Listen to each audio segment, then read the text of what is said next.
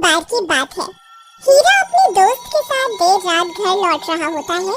तभी रास्ते में एक बरगद का पेड़ आता है। उस पेड़ के नीचे एक 100 रुपए का नोट पड़ा होता है। उसे देखकर हीरा खुश हो जाता है। अरे वाह वाह वाह, आज तो लॉटरी लग गई। रामू भाई, वो देखो 100 रुपए का नोट। फिर हीरा वो पैसे उठा लेता है। तभी उन्हें पेड़ में से अजीब सी आवाज आती है। फिर वो जैसे ही ऊपर की ओर देखता है तो उन्हें पेड़ पर एक 2000 का नोट लगा हुआ दिखाई देता है। अरे रामू, वो देख, इस पेड़ पर तो 2000 का नोट लगा हुआ है। मुझे तो यकीन ही नहीं होता भाई। भाई, क्या पता ये पेड़ सच में पैसे देने वाला पेड़ हो। एक काम करो, तुम जल्दी से पेड़ पर चढ़ जाओ और वो नोट तोड़ कर ले आओ। फिर वो 2000 का नोट तोड़ने के लिए पेड़ पर चढ़ जाता है और कुछ ही देर में वो नोट तोड़ लेता है। रामू भाई, ये नोट तो बिल्कुल असली है। अरे वाह वाह वाह, आज तो मजा ही आ गया। चलो भाई, अब जल्दी से नीचे आ जाओ, कहीं कोई हमें नोट तोड़ते हुए ना देख ले। अब तो हम पार्टी करेंगे। अरे हीरा भाई, कहाँ रह गए? जल्दी नीचे आओ, कोई हमें देख न ले। अरे हीरा भाई, कहाँ रह गए? नीचे क्यों नहीं उतर रहे? कहीं तुम अकेले ही इन 2000 रुपयों को हजम तो नहीं करना चाहते भाई? तभी हीरा के चीखने की आवाज आती है।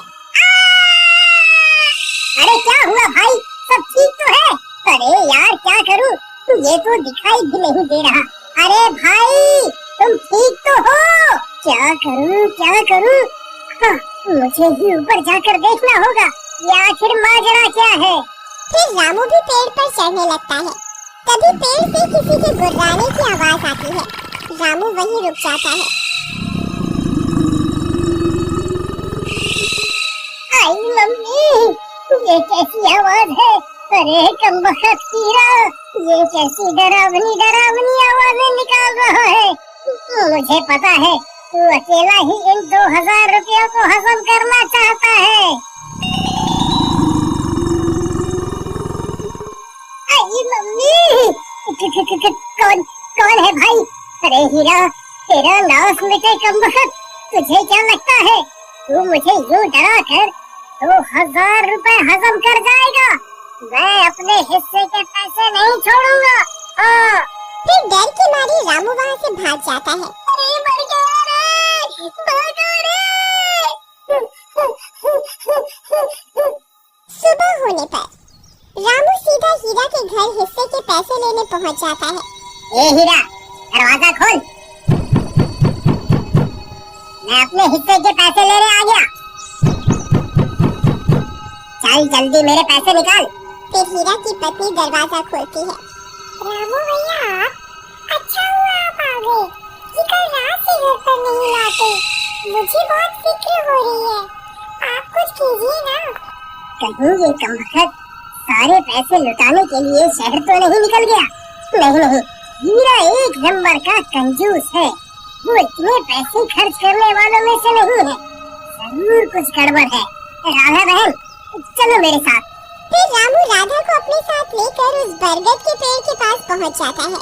राधा बहन, हम रात को इसी रास्ते से आ रहे थे, तब हमें इस पेड़ पर 2000 रुपए का नोट लगा हुआ दिखाई दिया। उसे तोड़ने के लिए हीरा ऊपर चढ़ा था, लेकिन वापस नहीं आया। तभी कुछ गांव वाले भी वहां पहुंच जाते हैं। फिर रामू सबको पैसों की बात बताता है। अरे भाई हरिया, जरा पेड़ पर चढ़कर तो देख, हीरा भाई वहाँ है या नहीं? फिर हरिया पेड़ पर चढ़ जाता है और बहुत देर ढूंढने पर भी उसे हीरा का कोई नामो निशान नहीं मिलता। भाई, यहाँ ऊपर कोई आदमी नहीं है। ये कैसे हो सकता है? हीरा तो नीचे भी नहीं उतरा। फिर हीरा गया तो गया कहाँ? कहीं वो चुड़ैल उसे खा तो नहीं गई, जो रात को अजीब सी आवाजें निकाल रही थी। फिर सब गांव वाले वहाँ से चले जाते हैं और राधा रोने लगती है।